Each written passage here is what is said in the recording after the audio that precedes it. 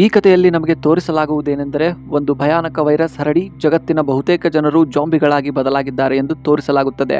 ಆದರೆ ಇವು ಸಾಮಾನ್ಯ ಜಾಂಬಿಗಳಲ್ಲ, ಬದಲಿಗೆ ಇವು ಎಷ್ಟು ವೇಗವಾಗಿವೆ ಎಂದರೆ ಹೋಗುವಂತಹ ವಿಮಾನವನ್ನು ಹಿಡಿಯಬಲ್ಲವು. ಕೆಲವು ಮನುಷ್ಯರಿಗಿಂತ ವೇಗವಾಗಿ ಯೋಚಿಸುವಷ್ಟು ಬುದ್ಧಿವಂತರಾಗಿರುತ್ತಾರೆ ಮತ್ತು ಕೆಲವೊಂದಿಷ್ಟು ಜಾಂಬಿಗಳು ಹಲವು ಕಿಲೋಮೀಟರ್ ದೂರದಲ್ಲಿರುವ ತಮ್ಮ ಗುರಿಯನ್ನು ಬರೀ ವಾಸನೆಯ ಮೂಲಕವೇ ಪತ್ತೆ ಹಚ್ಚುವ ಸಾಮರ್ಥ್ಯವನ್ನು ಹೊಂದಿರುತ್ತವೆ. ಈ ಭಯಾನಕ ಪರಿಸ್ಥಿತಿಯಲ್ಲಿ ಈಗ ಜಗತ್ತಿನಲ್ಲಿ ಕೇವಲ ಇಬ್ಬರು ಮಾತ್ರ ಜೀವಂತವಾಗಿದ್ದಾರೆ. ಅವರು ಬದುಕುಳಿಯುತ್ತಾರೆಯೇ ಇಲ್ಲವೇ ಅದನ್ನೇ ಈ ವಿಡಿಯೋದಲ್ಲಿ ನೋಡೋಣ. ಕಥೆಯ ಆರಂಭದಲ್ಲಿ ಒಬ್ಬ ಹುಡುಗ ತನ್ನ ರೂಮ್ನಲ್ಲಿ ಕುಳಿತು ಟಿವಿಯಲ್ಲಿ ಕಾರ್ಟೂನ್ ನೋಡ್ತಿರ್ತಾನೆ. ಆಗ ಏಕಾಏಕಿ ಟಿವಿಯ ಸಿಗ್ನಲ್ ಹೋಗುತ್ತದೆ. ನಂತರ ಟಿವಿಯಲ್ಲಿ ಎಮರ್ಜೆನ್ಸಿ ಸುದ್ದಿ ಪ್ರಸಾರವಾಗುತ್ತದೆ. ಆ ಸುದ್ದಿ ಕೇಳುತ್ತಿದ್ದಂತೆಯೇ ಆ ಹುಡುಗನ ಮುಖದ ನಗು ಮಾಯವಾಗುತ್ತದೆ. ಜಗತ್ತಿನಾದ್ಯಂತ ಅತ್ಯಂತ ಅಪಾಯಕಾರಿ ವೈರಸ್ ಹರಡಿದ್ದು ಸೋಂಕಿತರು ಕೆಲವೇ ನಿಮಿಷಗಳಲ್ಲಿ ಭಯಾನಕ ಜಾಂಬಿಗಳಾಗಿ ಬದಲಾಗುತ್ತಿದ್ದಾರೆ ಎಂದು ತಿಳಿಸಲಾಗುತ್ತದೆ. ಈ ವೈರಸ್ ಅತ್ಯಂತ ವೇಗವಾಗಿ ಹರಡುತ್ತಿದ್ದು ಇಡೀ ಜಗತ್ತು ಅದರ ಹಿಡಿತಕ್ಕೆ ಸಿಲುಕಿದೆ. ಟಿವಿಯಲ್ಲಿ ಈ ಸುದ್ದಿಯನ್ನು ಕೇಳುತ್ತಿರುವ ಎಲ್ಲರೂ ಕೂಡಲೇ ಸುರಕ್ಷಿತ ಸ್ಥಳಕ್ಕೆ ತೆರಳುವಂತೆ ಸೂಚಿಸಲಾಗುತ್ತದೆ. ಆ ಹುಡುಗ ಇದನ್ನೆಲ್ಲ ನೋಡುತ್ತಿದ್ದಾಗ ಅಚಾನಕ್ಕಾಗಿ ಮೇಲಿನ ಮಹಡಿಯಿಂದ ವಿಚಿತ್ರವಾದ ಶಬ್ದ ಕೇಳಿಬರುತ್ತದೆ. ಆ ಶಬ್ದವನ್ನು ಕೇಳಿದ ಹುಡುಗ ಭಯದಿಂದ ನಡುಗ್ತಾನೆ. ಹುಡುಗ ನಿಧಾನವಾಗಿ ಮೇಲಕ್ಕೆ ಹೋಗಿ ನೋಡಿದಾಗ ಅದು ತನ್ನ ಅಕ್ಕ ತಮಾಷೆಗೋಸ್ಕರ ಆ ರೀತಿ ಶಬ್ದ ಮಾಡಿದಳು ಅಂತ ಗೊತ್ತಾಗುತ್ತೆ. ನಂತರ ಇಬ್ಬರು ತಮ್ಮ ತಾಯಿಯ ರೂಮ್ಗೆ ಹೋಗ್ತಾರೆ. ಅಲ್ಲಿ ಅವರ ತಾಯಿ ತುಂಬಾ ಆತಂಕದಲ್ಲಿರೋದನ್ನ ನೋಡ್ತಾರೆ. ಅವರ ತಾಯಿ ತನ್ನ ಹಸ್ಬೆಂಡ್ಗೆ ಕಾಲ್ ಮಾಡಿ ಈ ಪರಿಸ್ಥಿತಿಯ ಬಗ್ಗೆ ಹೇಳ್ತಿರ್ತಾಳೆ. ಆಕೆಯ ಪತಿ ಒಬ್ಬ ಪೈಲಟ್ ಆಗಿರ್ತಾನೆ. ಈ ವೈರಸ್ ತುಂಬಾ ವೇಗವಾಗಿ ಹರಡುತ್ತಿದೆ ಎಂದು ತನ್ನ ಹೆಂಡತಿ ಮತ್ತು ಮಕ್ಕಳಿಗೆ ತಿಳಿಸ್ತಾನೆ. ಆಗ ಅವನು ನನಗಾಗಿ ಮನೆಯಲ್ಲಿ ಕಾಯಬೇಡಿ, ಆದಷ್ಟು ಬೇಗ ಈ ನಗರವನ್ನು ಬಿಟ್ಟು ಸುರಕ್ಷಿತ ಸ್ಥಳಕ್ಕೆ ಹೋಗಿ, ಹೆದರಬೇಡಿ, ನಿಮಗೆ ಏನೂ ಆಗುವುದಿಲ್ಲ, ನಿಮ್ಮ ಅಮ್ಮ ನಿಮ್ಮನ್ನು ಸುರಕ್ಷಿತ ಸ್ಥಳಕ್ಕೆ ಕರೆದುಕೊಂಡು ಹೋಗ್ತಾರೆ ಎಂದು ಮಕ್ಕಳಿಗೆ ಹೇಳ್ತಾನೆ. ನಂತರ ಅವನು ತನ್ನ ಕೈಯಲ್ಲಿದ್ದ ಬ್ರಾಸ್ಲೆಟ್ ಅನ್ನು ಮಕ್ಕಳಿಗೆ ತೋರಿಸ್ತಾನೆ. ಆ ಬ್ರಾಸ್ಲೆಟ್ ಅನ್ನು ಅವನ ಮಗಳು ಅಬಿಗೇಲ್ ಮಾಡಿರ್ತಾಳೆ. ಅದನ್ನು ನೋಡಿ ಅಬಿಗೇಲ್ ತುಂಬಾ ಸಂತೋಷ ಪಡ್ತಾಳೆ. ಈ ಕಡೆ ಅವರ ತಾಯಿ ಬೇಗನೆ ಅಗತ್ಯವಾದ ಸಾಮಾನುಗಳನ್ನು ಸಿದ್ಧಪಡಿಸುತ್ತಿರುತ್ತಾಳೆ. ಆಗ ಹೊರಗಿನಿಂದ ಜನರ ಕಿರುಚಾಟದ ಶಬ್ದ ಕೇಳಿ ಬರುತ್ತದೆ.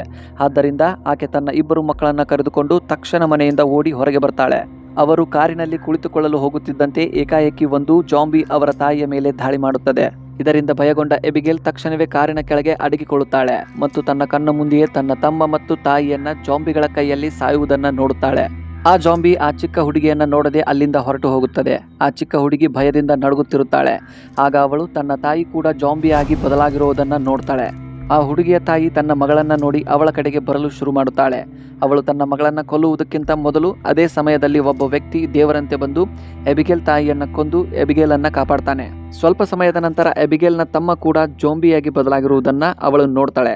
ಅದಕ್ಕಾಗಿಯೇ ಆ ವ್ಯಕ್ತಿಯು ಹುಡುಗಿಗೆ ತನ್ನ ಕಿವಿಗಳನ್ನು ಮುಚ್ಚಿಕೊಳ್ಳುವಂತೆ ಹೇಳುತ್ತಾನೆ ಮತ್ತು ಜಾಂಬಿಯಾಗಿ ಬದಲಾಗುತ್ತಿರುವ ಅವಳ ಚಿಕ್ಕ ತಮ್ಮನಿಗೂ ಗುಂಡು ಹಾರಿಸಿ ಕೊಲ್ಲುತ್ತಾನೆ. ಇದಾದ ನಂತರ 10 ವರ್ಷಗಳ ನಂತರದ ದೃಶ್ಯವನ್ನ ನಾವು ನೋಡುತ್ತೇವೆ. ಆಗ ಸೂರ್ಯೋದಯವಾಗುತ್ತದೆ. ಆದರೆ ಇದು ಸಾಮಾನ್ಯ ಬೆಳಿಗ್ಗೆಯಲ್ಲ. ಇದು ಒಂದು ಕಾಲದಲ್ಲಿ ಜನರಿಂದ ತುಂಬಿ ತುಳುಕುತ್ತಿದ್ದ ನಗರ ಈಗ ಸಂಪೂರ್ಣ ಖಾಲಿಯಾಗಿದೆ. ರಸ್ತೆಗಳ ಮೇಲೆ ವಾಹನಗಳು ನಿಂತಿವೆ. ಅಂಗಡಿ ಬಾಗಿಲುಗಳು ಒಡೆದಿವೆ. ಎಲ್ಲೆಡೆ ಮೌನ ಆವರಿಸಿದೆ. ಎಲ್ಲಾ ಕಡೆ ಜಾಂಬಿಯಾಗಿ ಬದಲಾಗಿರುವ ಮನುಷ್ಯರೇ ಕಾಣಿಸ್ತಾರೆ. ಇಂತಹ ಮೌನದ ಮಧ್ಯೆ ಒಬ್ಬ ವ್ಯಕ್ತಿ ನಿಧಾನವಾಗಿ ಹೆಜ್ಜೆ ಹಾಕುತ್ತಿರುತ್ತಾನೆ. ಅವನೇ ಕ್ಯಾಸಿಯನ್ ಮತ್ತು ಅವನ ಜೊತೆ ಅಬಿಗೈಲ್. ಚಿಕ್ಕವಳಾಗಿದ್ದಾಗ ರಕ್ಷಿಸಿದಂಥ ಹುಡುಗಿ ಅಬಿಗೈಲ್ ಈಗ ಧೈರ್ಯಶಾಲಿ ಯುವತಿಯಾಗಿ ಬೆಳೆದಿರುತ್ತಾಳೆ. ಕ್ಯಾಸಿಯನ್ ಅವಳಿಗೆ ಬದುಕುಳಿಯುವ ಮತ್ತು ಜಾಂಬಿಗಳ ಜೊತೆ ಹೇಗೆ ಹೋರಾಡಬೇಕು ಅಂತ ಕಲಿಸಿರುತ್ತಾನೆ. ಅವತ್ತು ಅಬಿಗೈಲ್ನ ಕ್ಯಾಸಿಯನ್ ಕಾಪಾಡದೆ ಹೋಗಿದ್ರೆ ಅವಳು ಸತ್ತು ಹೋಗಿರುತ್ತಿದ್ದಳು. ಅದಕ್ಕಾಗಿ ಅಬಿಗೈಲ್ ಕ್ಯಾಸಿಯನ್ನ ತಂದೆ ತರ ನೋಡ್ತಿರ್ತಾಳೆ. ಬಹಳ ದಿನಗಳವರೆಗೂ ಕಾಡಿನಲ್ಲಿ ಇರೋದ್ರಿಂದ ಅಬಿಗೈಲ್ಗೆ ಒಬ್ಬಂಟಿತನ ಕಾಡ್ತಾ ಇರುತ್ತೆ ಮತ್ತು ಆಕೆಗೆ ಒಂದು ಆಸೆ ಇರುತ್ತೆ, ಜನರ ಜೊತೆ ಇರಬೇಕೆಂದು. ಆದರೆ ಕ್ಯಾಸಿಯನ್ಗೆ ಎಲ್ಲರ ಜೊತೆ ಇರೋಕೆ ಇಷ್ಟ ಇರೋದಿಲ್ಲ. ನಂತರ ರಾತ್ರಿ ಆಗುತ್ತೆ. ರಾತ್ರಿ ಆದ ನಂತರ ಕ್ಯಾಸಿಯನ್ ಮತ್ತು ಅಬಿಗೈಲ್ ಕ್ಯಾಂಪ್ನಲ್ಲಿ ಮಲಗಿರುತ್ತಾರೆ. ಆಗ ಒಂದು ಶಬ್ದ ಬರುತ್ತೆ. ಆ ಶಬ್ದದಿಂದ ಕ್ಯಾಸಿಯನ್ ಎಚ್ಚರ ಆಗ್ತಾನೆ. ಅವನು ಹೊರಗೆ ಬಂದು ನೋಡಬೇಕಾದ್ರೆ ಅವನ ಮೇಲೆ ಒಂದು ಜಾಂಬಿ ದಾಳಿ ಮಾಡುತ್ತೆ. ಆದರೆ ಕ್ಯಾಸಿಯನ್ ನಿರಂತರವಾಗಿ ಗುಂಡು ಹಾರಿಸಿ ಆ ಜಾಂಬಿಯನ್ನ ಕೊಂದು ಹಾಕ್ತಾನೆ. ಆಗ ಅಬಿಗೈಲ್ ಕೂಡ ಅಲ್ಲಿಗೆ ಬರ್ತಾಳೆ. ಇಬ್ಬರು ಕಳೆದ 10 ವರ್ಷಗಳಿಂದ ಕಾಡಿನಲ್ಲಿ ಜಾಂಬಿಗಳನ್ನು ಬೇಟೆಯಾಡುತ್ತಾ ಬಹಳಷ್ಟು ಅನುಭವವನ್ನು ಪಡೆದಿದ್ದರು. ಆದ್ದರಿಂದ ಜಾಂಬಿಗಳು ಗುಂಪುಗಳಾಗಿ ಒಟ್ಟಿಗೆ ವಾಸಿಸುತ್ತವೆ ಎಂಬುದು ಅವರಿಗೆ ತಿಳಿದಿತ್ತು. ಸುತ್ತಮುತ್ತ ಇನ್ನೂ ಜಾಂಬಿಗಳು ಇರಬಹುದು ಎಂದು ಅವರು ಅರ್ಥ ಮಾಡಿಕೊಳ್ಳುತ್ತಾರೆ. ಆದ್ದರಿಂದ ಅವರು ಬೇಗ ಅಲ್ಲಿಂದ ಹೊರಡಲು ಸಿದ್ಧತೆ ಮಾಡಿಕೊಂಡು ಕುದುರೆಗಳ ಮೇಲೆ ಹತ್ತಿ ಹೊರಡುತ್ತಾರೆ. ಆದರೆ ದಾರಿಯಲ್ಲಿ ಅವರ ಕುದುರೆಗಳು ವಿಚಿತ್ರವಾಗಿ ಶಬ್ದ ಮಾಡ್ತವೆ. ಆಗ ಕ್ಯಾಸಿಯನ್ಗೆ ಅಪಾಯ ಹತ್ತಿರದಲ್ಲಿದೆ ಎಂಬುದು ಅರ್ಥವಾಗುತ್ತದೆ. ಇಬ್ಬರು 4 ಕಡೆ ನೋಡಿದಾಗ ಸ್ವಲ್ಪ ದೂರದಲ್ಲಿ ಒಂದು ಜೀಪ್ ಜಾಂಬಿಗಳಿಂದ ಸುತ್ತುವರೆದಿರುವುದು ಕಾಣಿಸುತ್ತದೆ. ಅಲ್ಲಿ ಒಬ್ಬ ಸಾಮಾನ್ಯ ವ್ಯಕ್ತಿ ತನ್ನ ಪ್ರಾಣ ಉಳಿಸಿಕೊಳ್ಳಲು ಜಾಂಬಿಗಳೊಂದಿಗೆ ಹೋರಾಡುತ್ತಿದ್ದನು. ಆ ಸಮಯದಲ್ಲಿ ಜಗತ್ತಿನಲ್ಲಿ ಬದುಕುಳಿದಿದ್ದ ಮನುಷ್ಯರು ತುಂಬಾ ಕಡಿಮೆ ಇದ್ದರು. ಆದ್ದರಿಂದ ಯಾವುದೇ ಪರಿಸ್ಥಿತಿಯಲ್ಲಿ ಆ ವ್ಯಕ್ತಿಯನ್ನ ಜಾಂಬಿಗಳಿಂದ ರಕ್ಷಿಸಬೇಕೆಂದು ಕ್ಯಾಸಿಯನ್ ಮತ್ತು ಅಬಿಗೇಲ್ ನಿರ್ಧರಿಸುತ್ತಾರೆ. ಆಗ ಕ್ಯಾಸಿಯನ್ ಎಬಿಗೇಲ್ನ ಗುರಿ ಇಡುವ ಕೌಶಲ್ಯವನ್ನು ಪರೀಕ್ಷಿಸಲು ಬಯಸುತ್ತಾನೆ. ಆದ್ದರಿಂದ ಅವಳಿಗೆ ನೀನೇ ಆ ವ್ಯಕ್ತಿಯನ್ನು ರಕ್ಷಿಸು, ಆಗ ನೀನು ಸಂಪೂರ್ಣ ತರಬೇತಿ ಪಡೆದಿದ್ದೀಯಾ ಇಲ್ಲವೋ ಅಂತ ಗೊತ್ತಾಗುತ್ತೆ ಎಂದು ಹೇಳುತ್ತಾನೆ.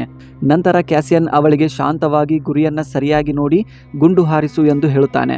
ಆದರೆ ಅಬಿಗೇಲ್ ಅವಸರವಾಗಿ ಗುಂಡು ಹಾರಿಸಲು ಮುಂದಾಗುತ್ತಾಳೆ.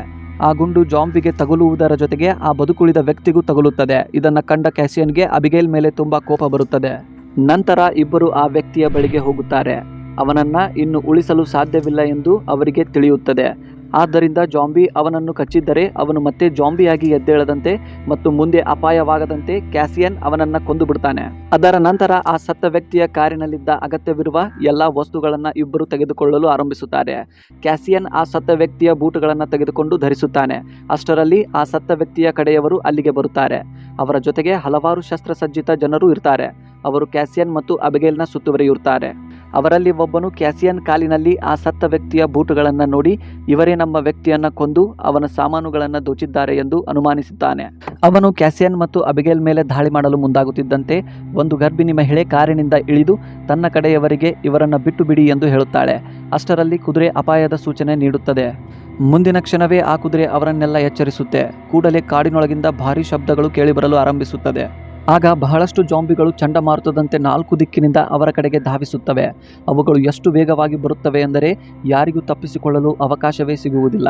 ಆದ್ದರಿಂದ ಎಲ್ಲರೂ ತಮ್ಮ ಆಯುಧಗಳನ್ನು ತೆಗೆದು ಅಲ್ಲೇ ಹೋರಾಡಲು ಆರಂಭಿಸುತ್ತಾರೆ. ಎಲ್ಲರ ಕೈಯಲ್ಲೂ ಶಸ್ತ್ರಾಸ್ತ್ರಗಳಿದ್ದರೂ ಜಾಂಬಿಗಳ ಸಂಖ್ಯೆ ತುಂಬ ಹೆಚ್ಚಾಗಿತ್ತು. ಹೀಗಾಗಿ ಜಾಂಬಿಗಳು ಒಬ್ಬೊಬ್ಬರಾಗಿ ಗುಂಪಿನ ಅನೇಕ ಜನರನ್ನು ಕಚ್ಚಿ ಕೊಲ್ಲತೊಡಗುತ್ತವೆ. ಉಳಿದವರಿಗೆ ಅಡಗಿಕೊಳ್ಳಲು ಯಾವುದೇ ಸುರಕ್ಷಿತ ಸ್ಥಳ ಸಿಗುವುದಿಲ್ಲ. ಕೆಲವೇ ಕ್ಷಣಗಳಲ್ಲಿ ಬಹಳ ಕಡಿಮೆ ಜನ ಮಾತ್ರ ಬದುಕುಳಿಯುತ್ತಾರೆ. ಅಷ್ಟರಲ್ಲಿ ಒಬ್ಬ ಬಲಿಷ್ಠ ವ್ಯಕ್ತಿಗೆ ಜಾಂಬಿಗಳು ಕಚ್ಚುತ್ತವೆ. ಅವನು ತಾನೇ ತನ್ನನ್ನು ಗುಂಡಿಕ್ಕಿಕೊಂಡು ಸಾಯಲು ಪ್ರಯತ್ನಿಸುತ್ತಾನೆ. ಆದರೆ ಅವನ ಬಂದೂಕಿನಲ್ಲಿದ್ದ ಗುಂಡುಗಳು ಖಾಲಿಯಾಗಿರುತ್ತವೆ. ಆಗ ಅವನಿಗೆ ಜಾಂಬಿಗಳ ವಿರುದ್ಧ ಇನ್ನೂ ಹೋರಾಡಲು ಸಾಧ್ಯವಿಲ್ಲ ಎಂಬುದು ಅರ್ಥವಾಗುತ್ತದೆ. ಆದ್ದರಿಂದ ಅಬಿಗೈಲ್ ಆ ಗರ್ಭಿಣಿ ಮಹಿಳೆಯನ್ನು ಕರೆದುಕೊಂಡು ಕಾರಿನಲ್ಲಿ ಕೂರಿಸುತ್ತಾಳೆ. ಕಾರಿನಲ್ಲಿ ಆಕೆಯ ಪತಿಯೂ ಕುಳಿತಿರುತ್ತಾನೆ. ನಂತರ ಕ್ಯಾಸಿಯನ್ ಕಾರನ್ನು ಸ್ಟಾರ್ಟ್ ಮಾಡಿ ಅಲ್ಲಿಂದ ಬೇಗನೆ ಹೊರಡುತ್ತಾನೆ. ಈಗ ಆ ಇಡೀ ಗುಂಪಿನಲ್ಲಿ ಕೇವಲ 4 ಮಾತ್ರ ಬದುಕಿದ್ದರು. ಉಳಿದವರೆಲ್ಲ ಜಾಂಬಿಗಳಿಗೆ ಬಲಿಯಾಗಿದ್ದರು. ಆಗ ಆ ಕಪ್ಪು ಮುಖದ ಜಾಂಬಿಯು ತನ್ನವರನ್ನು ಸತ್ತಿರುವುದನ್ನು ನೋಡಿ ತುಂಬ ಕೋಪಗೊಳ್ಳುತ್ತದೆ. ಇತ್ತ ಈ 4 ಜಾಂಬಿಗಳಿಂದ ತಪ್ಪಿಸಿಕೊಂಡು ಕಾರಿನಲ್ಲಿ ಪ್ರಯಾಣಿಸುತ್ತಿರುತ್ತಾರೆ. ದಾರಿಯಲ್ಲಿ ಕ್ಯಾಸಿಯನ್ ಹಿಂಬದಿಯಿಂದ ಕುಳಿತಿದ್ದ ಮಹಿಳೆಯನ್ನ ನೀವು ಯಾರು, ಇಲ್ಲಿ ಏನು ಮಾಡುತ್ತಿದ್ದೀರಿ ಎಂದು ಕೇಳುತ್ತಾನೆ. ಆಗ ಮಹಿಳೆ ತನ್ನ ಕಥೆಯನ್ನು ಹೇಳಲು ಪ್ರಾರಂಭಿಸುತ್ತಾಳೆ. ಉಳಿದುಕೊಂಡಿರುವ ಈ ಜನರು ಶಿಫ್ಟೌನ್ ಎಂಬ ಜಾಗಕ್ಕೆ ಹೋಗಲು ಬಯಸುತ್ತಿದ್ದರು ಎಂದು ತಿಳಿದು ಬರುತ್ತದೆ. ಅಲ್ಲಿ ಸುರಕ್ಷಿತ ಜನರು ವಾಸಿಸುತ್ತಿದ್ದಾರೆ. ಅಲ್ಲಿ ಅಗತ್ಯವಿರುವ ಎಲ್ಲ ಸೌಲಭ್ಯಗಳಿವೆ ಮತ್ತು ನಾವೆಲ್ಲರೂ ಅಲ್ಲಿಗೆ ಹೋಗಿ ಸಾಮಾನ್ಯ ಜೀವನವನ್ನು ನಡೆಸಲು ಬಯಸುತ್ತೇವೆ ಎಂದು ಹೇಳ್ತಾಳೆ. ಇದನ್ನು ಕೇಳಿದ ಅಬಿಗೇಲ್ ತುಂಬ ಸಂತೋಷ ಪಡುತ್ತಾಳೆ. ಏಕೆಂದರೆ ಇದುವೇ ಅವಳು ಯಾವಾಗಲೂ ಹೋಗಲು ಬಯಸುತ್ತಿದ್ದ ಸ್ಥಳವಾಗಿದೆ. ಅದಕ್ಕೆ ಕ್ಯಾಸಿಯನ್ ಇಲ್ಲಿ ಯಾವುದೇ ಅಂತಹ ಕಾಲೋನಿ ಇಲ್ಲ ಎಂದು ಹೇಳುತ್ತಾನೆ. ನಾನು ಕಳೆದ 10 ವರ್ಷಗಳಿಂದ ಇಲ್ಲಿಂದ ಅಲ್ಲಿಗೆ ಅಲಿಯುತ್ತಿದ್ದೇನೆ. ನನಗೆ ಯಾವುದೇ ಅಂತಹ ಕಾಲೋನಿ ಕಾಣಿಸಿಲ್ಲ. ಆಗ ಅಚಾನಕ್ಕಾಗಿ ಮಧ್ಯದಾರಿಯಲ್ಲಿ ಅವರ ಕಾರು ಕೆಟ್ಟು ಹೋಗುತ್ತದೆ. ಈ ಸಮಯದಲ್ಲಿ ಗರ್ಭಿಣಿ ಮಹಿಳೆಯ ಗಂಡ ಹೊರಗೆ ಬರ್ತಾನೆ. ಅವನ ಹೆಸರು ಡೇವಿಡ್. ಅವನು ಅವರಿಗೆ ತಾನೊಬ್ಬ ಮೆಕ್ಯಾನಿಕ್ ಎಂದು ಹೇಳುತ್ತಾನೆ ಮತ್ತು ತಾನು ಈ ಕಾರ್ನ ಸರಿಪಡಿಸ್ತೀನಿ ಅಂತ ಹೇಳ್ತಾನೆ. ಆದರೆ ಟೂಲ್ಸ್ಗಳು ಇಲ್ಲದ ಕಾರಣ ಕಾರು ಸರಿ ಹೋಗುವುದಿಲ್ಲ. ಅದಕ್ಕಾಗಿಯೇ ಇವರು ಕಾರನ್ನು ಅಲ್ಲೇ ಬಿಟ್ಟು ನಡೆಯುತ್ತಾ ಪ್ರಯಾಣಿಸಲು ಪ್ರಾರಂಭಿಸುತ್ತಾರೆ. ಹಲವು ಕಿಲೋಮೀಟರ್ ನಡೆದ ನಂತರ ಅವರು ಒಂದು ಪಾಳು ಬಿದ್ದ ಸೊಸೈಟಿಗೆ ತಲುಪುತ್ತಾರೆ. ಇಲ್ಲಿ ಎತ್ತರದ ಕಟ್ಟಡಗಳು ಈಗಲೂ ನಿಂತಿವೆ. ಆದರೆ ಎಲ್ಲೆಡೆ ಸಾವಿನಂತಹ ನಿಶಬ್ದತೆ ಆವರಿಸಿದೆ. ಮೊದಲು ಈ ಸ್ಥಳದ ಉತ್ತಮ ರೀತಿಯಲ್ಲಿ ಎಲ್ಲ ಕಡೆ ಪರಿಶೀಲನೆ ಮಾಡ್ತಾರೆ. ಅವರಿಗೆ ಯಾವುದೇ ಅಪಾಯವೆನಿಸದಿದ್ದಾಗ ಅವರು ರಾತ್ರಿ ಇಲ್ಲೇ ಕಳೆಯಲು ನಿರ್ಧರಿಸುತ್ತಾರೆ. ರಾತ್ರಿಯ ಸಮಯದಲ್ಲಿ ಅವರು ಬೆಂಕಿ ಹಚ್ಚಿ ಅಡುಗೆ ಮಾಡುತ್ತಾರೆ. ಅಬಿಗೇಲ್ ಶಿಫ್ಟೌನ್ ಎಂಬ ಆ ಸ್ಥಳಕ್ಕೆ ಹೋಗಲು ತುಂಬ ಕಾತುರಳಾಗಿರುತ್ತಾಳೆ. ಅವಳು ಆ ಗರ್ಭಿಣಿ ಮಹಿಳೆಯೊಂದಿಗೆ ಆ ಸ್ಥಳದ ಬಗ್ಗೆ ಮಾತನಾಡಲು ಶುರು ಮಾಡುತ್ತಾಳೆ. ನಾವು ಈಗಾಗಲೇ ಆ ಹಡಗಿನಲ್ಲಿ ವಾಸಿಸುತ್ತಿರುವ ಜನರೊಂದಿಗೆ ರೇಡಿಯೋ ಮೂಲಕ ಸಂಪರ್ಕ ಸಾಧಿಸಿದ್ದೇವೆ. ಅದು ತುಂಬ ಸುಂದರವಾದ ಸ್ಥಳವಾಗಿದೆ. ಅಲ್ಲಿ ನಾವು ಸ್ವತಂತ್ರವಾಗಿ ಬದುಕಬಹುದು ಅಂತ ಹೇಳ್ತಾಳೆ. ಈ ಮಾತುಗಳನ್ನು ಕೇಳಿ ಅಬಿಗೇಲ್ನ ಕಣ್ಣುಗಳಲ್ಲಿ ಆಶಾಕಿರಣ ಮೂಡುತ್ತದೆ. ಮತ್ತೊಂದೆಡೆ ಕ್ಯಾಸಿಯನ್ ಹೊರಗೆ 4 ದಿಕ್ಕುಗಳಲ್ಲಿ ಬಲೆಗಳನ್ನು ಹಾಕುತ್ತಾನೆ. ಯಾರಾದರೂ ಹತ್ತಿರ ಬಂದರೆ ಅಪಾಯವನ್ನು ಮುಂಚಿತವಾಗಿಯೇ ತಿಳಿಯಲು. ಕ್ಯಾಸಿಯನ್ ಒಳಗೆ ಬಂದು ಒಂದು ನಕ್ಷೆಯನ್ನು ತೆಗೆದು ಎಲ್ಲರಿಗೂ ವಿವರವಾಗಿ ಹೇಳ್ತಾನೆ. ತಾನು ಮೆಗನ್ ಮತ್ತು ಡೇವಿಡ್ ಅವರನ್ನು ಒಂದು ನಿರ್ದಿಷ್ಟ ಸ್ಥಳದವರೆಗೆ ಕರೆದೊಯ್ಯುತ್ತೇನೆ. ಅದರ ನಂತರ ಇಬ್ಬರು ಬೇರೆ ಬೇರೆ ದಾರಿಯಲ್ಲಿ ಸಾಗಬೇಕು ಎಂದು ಹೇಳುತ್ತಾನೆ. ಆದರೆ ಕ್ಯಾಸಿಯನ್ ತೆಗೆದುಕೊಂಡ ಈ ನಿರ್ಧಾರದಿಂದ ಅಬಿಗೇಲ್ಗೆ ಸಂತೋಷವಾಗಿರುವುದಿಲ್ಲ. ಆಗ ಅಬಿಗೇಲ್ ಕ್ಯಾಸಿಯನ್ ಬಳಿ ಹೋಗಿ ಅವನೊಂದಿಗೆ ವಾದಿಸುತ್ತಾಳೆ. ಅವಳು ಹೇಳುತ್ತಾಳೆ, ಡೇವಿಡ್ ತನ್ನ ಗರ್ಭಿಣಿ ಪತ್ನಿಯನ್ನು ಆ ಸ್ಥಳದವರೆಗೆ ಸುರಕ್ಷಿತವಾಗಿ ಕರೆದೊಯ್ಯಲು ಸಾಧ್ಯವಾಗುವುದಿಲ್ಲ. ಆದ್ದರಿಂದ ನಾವು ಅವರ ಜೊತೆಗೆ ಹೋಗಬೇಕು ಅಂತ. ಆಗ ಕ್ಯಾಸಿಯನ್ ಉತ್ತರಿಸುತ್ತಾನೆ, ನಾವು ಬುದ್ಧಿವಂತಿಕೆಯಿಂದ ನಿರ್ಧಾರ ತೆಗೆದುಕೊಳ್ಬೇಕು. ಜನರು ಹೆಚ್ಚು ಇರುವ ಕಡೆ ಅಪಾಯವೂ ಹೆಚ್ಚು ಇರುತ್ತದೆ. ಆದರೆ ಕ್ಯಾಸಿಯನ್ ಈ ನಿರ್ಧಾರದಿಂದ ಅಬಿಗೇಲ್ ಕೋಪಗೊಂಡು ಅಲ್ಲಿಂದ ಹೊರಟು ಹೋಗುತ್ತಾಳೆ. ಆಗ ಇಬ್ಬರಿಗೂ ತಿಳಿಯದೆ ಕಪ್ಪು ಮುಖವಿರುವ ಜಾಂಬಿ ಅವರ ಕಾರನ್ನು ಮೂಸುತ್ತಾ ಅವರಿರುವ ಸ್ಥಳದವರೆಗೂ ತಲುಪಿಬಿಟ್ಟಿರುತ್ತೆ. ಮರುದಿನ ಬೆಳಿಗ್ಗೆ ಅಬಿಗೇಲ್ ಮನೆಯ ಮೇಲ್ಛಾವಣಿಯಲ್ಲಿ ಕುಳಿತು ತನ್ನ ಬಾಲ್ಯದ ಫೋಟೋವನ್ನು ನೋಡ್ತಿದ್ದಾಗ ಏಕಾಏಕಿ ಕೆಳಗಿರುವ ಮರಗಳಿಂದ ಎಲೆಗಳು ಸರಸರನೆ ಅಲಗಾಡುವ ಶಬ್ದ ಕೇಳುತ್ತದೆ. ಅದನ್ನು ಕೇಳಿದ ಅಬಿಗೇಲ್ ಜಾಂಬಿಗಳು ಒಳಗೆ ಬಂದಿದ್ದಾರೆ ಎಂದು ಅರಿತು ಎಲ್ಲರಿಗೂ ಎಚ್ಚರಿಕೆ ನೀಡಲು ಕೆಳಗೆ ಓಡಿ ಬರ್ತಾಳೆ. ಆದರೆ ದಾರಿಯಲ್ಲಿ ಒಂದು ಜಾಂಬಿ ಅವಳನ್ನು ಹಿಂಬಾಲಿಸಲು ಆರಂಭಿಸುತ್ತದೆ. ಅಬಿಗೇಲ್ ತನ್ನನ್ನು ತಾನು ರಕ್ಷಿಸಿಕೊಳ್ಳುತ್ತಾ ಮೆಟ್ಟಿಲುಗಳನ್ನು ಏರುತ್ತಾಳೆ. ಹಿಂಬಾಲಿಸುತ್ತಿದ್ದ ಜಾಂಬಿಯನ್ನು ತಳ್ಳಿ ಕೆಳಗೆ ಬೀಳುವಂತೆ ಮಾಡುತ್ತಾಳೆ. ಆದರೆ ಈ ಒಂದು ಗಲಾಟೆಯಲ್ಲಿ ಅವಳ ಸಮತೋಲನ ತಪ್ಪುತ್ತದೆ. ಇದರಿಂದ ಅವಳು ಕೂಡ ಕೆಳಗೆ ಬೀಳುವ ಪರಿಸ್ಥಿತಿ ಉಂಟಾಗುತ್ತದೆ. ಆದರೆ ಅಷ್ಟರಲ್ಲಿ ಕ್ಯಾಸಿಯನ್ ಸಮಯಕ್ಕೆ ಸರಿಯಾಗಿ ಬಂದು ಅವಳನ್ನು ರಕ್ಷಿಸುತ್ತಾನೆ. ಸ್ವಲ್ಪ ಸಮಯದ ನಂತರ ಕಪ್ಪು ಮುಖದ ಜಾಂಬಿ ತನ್ನವರೊಂದಿಗೆ ಅಲ್ಲಿಗೆ ತಲುಪುತ್ತಾನೆ. ಏಕೆಂದರೆ ಅವರಿಗೆ ಆ ಅಡಗಿರುವ ಸ್ಥಳದ ಬಗ್ಗೆ ತಿಳಿದು ಬಿಟ್ಟಿರುತ್ತದೆ.